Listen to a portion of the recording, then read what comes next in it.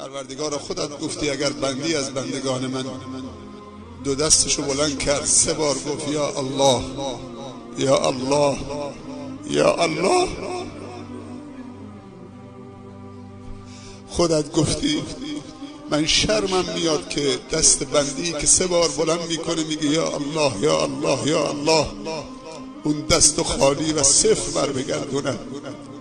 پروردگارا ما دستان نیاز رو بلند کردیم، ما نیازمندیم، به در خانه توی بی نیاز آمدیم در این وقت شب، چیزی جز آمرزش گناهان، مغفرت، هدایت، رحمت، رضای تو پروردگارا، هدایت برای خودمون و کسانی که دوستشون داریم و فرزندانمون.